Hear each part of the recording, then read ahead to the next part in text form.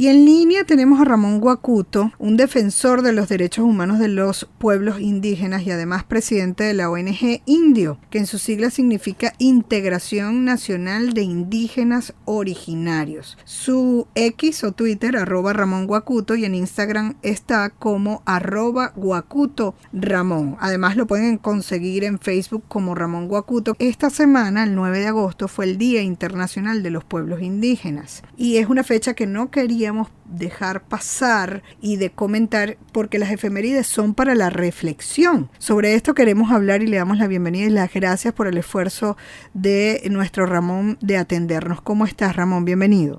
Hola María Alejandra, un placer saludarte y gracias por la invitación a este programa que debo reconocer tiene una audiencia muy significativa en el estado de Anzoátegui. Sí, se celebró el 9 de agosto el Día Internacional de los Pueblos Indígenas. Tenemos una ley que fue promulgada en el año 2009, la LOPSI, la Ley Orgánica de los Pueblos y Comunidades Indígenas, puede ser referencia a nivel internacional, pero en su contenido, en el contenido, porque también casualmente acaba de terminar una cumbre que tiene que ver con el ambiente y todo esto, donde estuvieron algunos países aquí en Venezuela para tratar la Amazonia, lo que sí, es la Amazonía. la Amazonía, sí, lo que es el calentamiento global, y ahí se acordaron 113 puntos para resguardar el ambiente, proteger el ambiente, y allí los pueblos y comunidades indígenas no tuvieron representación porque no hubo la participación de los representantes indígenas a la Asamblea Nacional, que fueron también electos de una manera mala, escueta, donde no se tomaron en cuenta la mayoría de las comunidades, sino fueron representantes a las comunidades que fueron electos prácticamente a dedo por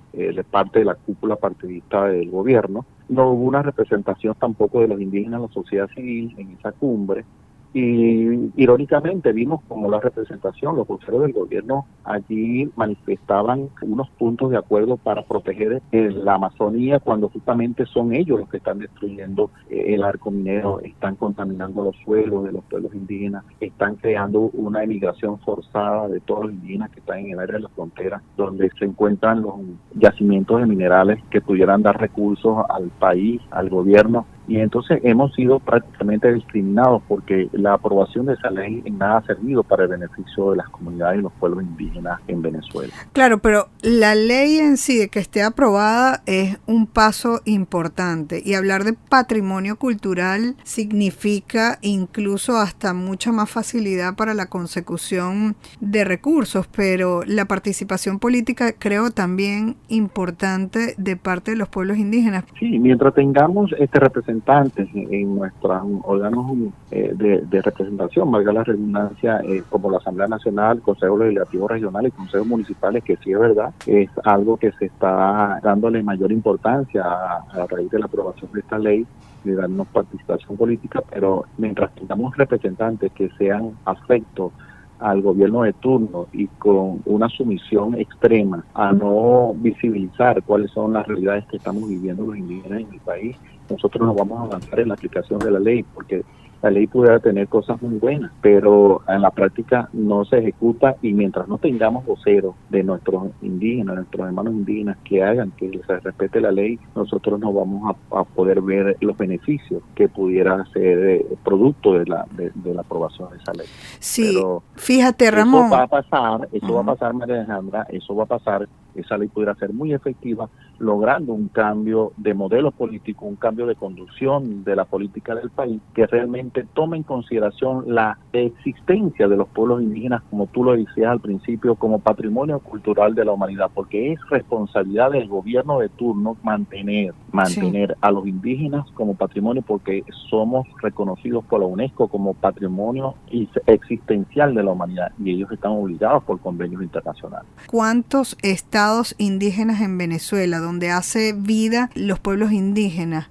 Y en el caso de Anzoátegui, que es la mayor audiencia que nosotros tenemos, ¿cuántos municipios? Porque eso está así clasificado para darle los espacios también de participación política. Sí, en Anzoátegui tenemos 12 municipios que tienen ese reconocimiento y se le ha dado la participación política en los consejos municipales. En el país tenemos 9 estados reconocidos con presencia indígena, pero los indígenas están en todo el país, porque nosotros tenemos que reconocer que nosotros somos de un mestizaje, claro, que aunque no querramos reconocer, toda la población venezolana tiene en su su ADN, sangre, claro. sangre indígena, claro. Ujú. Entonces, pero como representación indígena como tal reconocido está en 9 estados, en Anzoátegui 12 municipios, pero como te dije, María Alejandra, la situación que viven estos pueblos es tan dramática que ellos han tenido que emigrar, han Claro. cruzado la frontera, han emigrado a otros estados. Ahorita vemos aquí mismo en la urbe de la zona metropolitana Barcelona, Puerto La Cruz, cómo están en la avenida intercomunal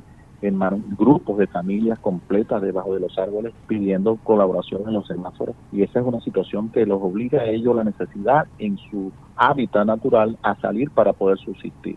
Dos cosas que quiero preguntarte y que además quiero que aproveches esta ventana para pronunciarte. Una, hablamos de que es una ley modelo. ¿Qué rescatar de bueno de la ley? Y Bueno, quiero cerrar con el hecho de que hables de cuáles son esas necesidades reales de los pueblos indígenas que no han sido tomados en cuenta y sobre lo cual queremos reflexionar y hacer un llamado de atención a las autoridades. Ok, en primer lugar quiero hacer resaltar que en la ley existe la obligatoriedad del Estado de marcar los territorios indígenas, pero eso se ha dado, en plena medida se ha dado, pero la demarcación no ha sido tan eficiente porque cuando se demarca un territorio indígena deberían regirse esos territorios por las propias leyes que emanen de las comunidades, de los representantes indígenas, y han habido poblaciones que se han demarcado, pero que nosotros seguimos bajo la conducción de las políticas de los gobiernos locales, de los gobiernos regionales, sin tomar en cuenta las autoridades legítimas que son los pueblos indígenas. También allí hay un artículo, que es el artículo 108, donde se le debería dar, para amparar la existencia también de los pueblos indígenas, lo que en el argot popular conocemos como las pensiones. Las pensiones a los indígenas mayores de 50 años, eso a gran medida no se está dando para hombres y mujeres. Se toma como consideración lo que es el seguro social para los comunes, venezolanos comunes, para los criollos. Esa es otra cosa que también está en la ley, pero tampoco es aplicada. El tema del reconocimiento político, también de la participación política, que también es tomada a conveniencia del gobierno, y es una cosa que ellos la están violando prácticamente a como... Bueno, pero está en la ley, lo que ahí es el tema de cómo se lleva y cómo la están aplicando. Las necesidades, me decías de las necesidades y te hablaba un poquito de eso, sí. Es que el gobierno, con las concesiones que ha dado en el área del arco minero, donde hay yacimientos, están desplazando a las comunidades indígenas.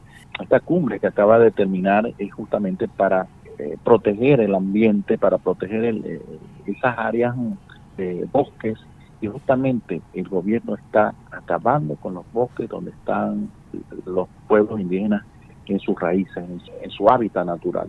Entonces ese es un tema que deberíamos nosotros reflexionar sobre ello, para que podamos nosotros ser también garantes de que el calentamiento global no siga en su avance. Ya es 1,5 grados de temperatura que la Tierra ha subido, y si nosotros mantenemos nuestros indígenas en su territorio, en su ambiente natural, nosotros podemos ayudar a preservar de que ese ambiente no siga el calentamiento, o sea, de que nosotros podamos ser protectores del ambiente, que de hecho por naturaleza lo somos. ¿Y sobre qué sitios debería pensar el gobierno en ir a visitar y atender a los indígenas en función a qué? Porque entiendo que tienen problemas de salud, de piel, sí, de respiración. Es que no hay programas para asistirlo. Por ejemplo, en Sinamaica, los indígenas que están en los palafitos defecan sobre las aguas que consumen para beber, para cocinar, y eso le ha traído cuadros diarreicos. La mortandad en niños es muy grande, es muy alta en Sinamaica. También está pasando en el delta, donde más o menos es el mismo sistema de hábitat, que habitan sobre casas, están sobre el agua, y es el agua que ellos usan para el día a día, y eso es una cosa que le ha causado demasiadas enfermedades.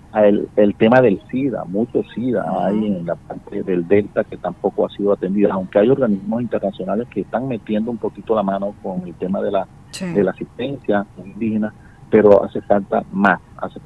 Tengo entendido que la ONU, a partir de este mes de noviembre, va a abrir la posibilidad de que las comunidades indígenas se le inyecten unos recursos para ser atendidos en el plan Gobierno 2030, algo así se llama el programa. Me llamaron para decirme que van a aplicar allí una medida de ayuda a los indígenas, y ojalá ojalá el gobierno ceda en esta intención de esos organismos internacionales para poder preservar la vida de los indígenas en el país y que pare la mortandad y pare la emigración de los indígenas hacia otras latitudes. Ramón, sabes que aquí tienes una ventanita para alzar la voz cada vez que lo necesites en los programas que estés llevando adelante, más allá de fechas como estas que no podía dejar pasar por alto, de efemérides tan importantes y sobre todo para nuestro país. Gracias, María Alejandra, por estar pendiente de nuestros hermanos indígenas, gracias por estar pendiente de la situación que vivimos. Y claro que sí, lo tengo presente de que Unión Radio y tu programa siempre van a estar pendientes de nuestra situación. Gracias a ti, Ramón Guacuto, defensor de los derechos humanos de los pueblos indígenas y presidente de la ONG Indio, Integración Nacional de Indígenas Originarios. Síganlo y atiendan las solicitudes a través de sus redes sociales, X o Twitter, @Ramón Guacuto. En Instagram está como Guacuto Ramón. También lo pueden encontrar en Facebook como Ramón Guacuto. Le escriben y él, cuando tenga señal, les contesta. Gracias, Ramón. Despedimos desde la Gerencia General Juana Bellorín, Armando López y Luis Pérez desde la edición y grabación, Luis Rodríguez desde el control técnico en la coordinación de producción general del Circuito Unión Radio, Jesús Salazar desde la jefatura de producción de Unión Radio 93.7 FM. Se despide Alexandra Gamboa. Jessica Molina lo hace desde la producción general del programa, desde la redacción de mundour.com en Anzoátegui, Saraí Portillo. La suscrita se despide desde el micrófono María Alejandra Malaver Bellorín, certificado de locución 36.581 y de productor nacional independiente 6.264. Sigan nuestras redes sociales, las de Gente y Ciudad, Twitter, Instagram, TikTok, @Gente y Ciudad ORG. Mis cuentas personales también son iguales en todas las redes, Twitter, Instagram, TikTok y LinkedIn, @Male Malaver. Pueden escuchar nuestras entrevistas a todos los profesionales, les recuerdo, por todas las plataformas podcast o también en nuestra web genteyciudad.org. Nos despedimos, no sin antes recordarles que el objetivo es convertirnos en el ciudadano que el planeta necesita a partir de nuestra acción individual. La estrategia, dar siempre lo mejor de nosotros.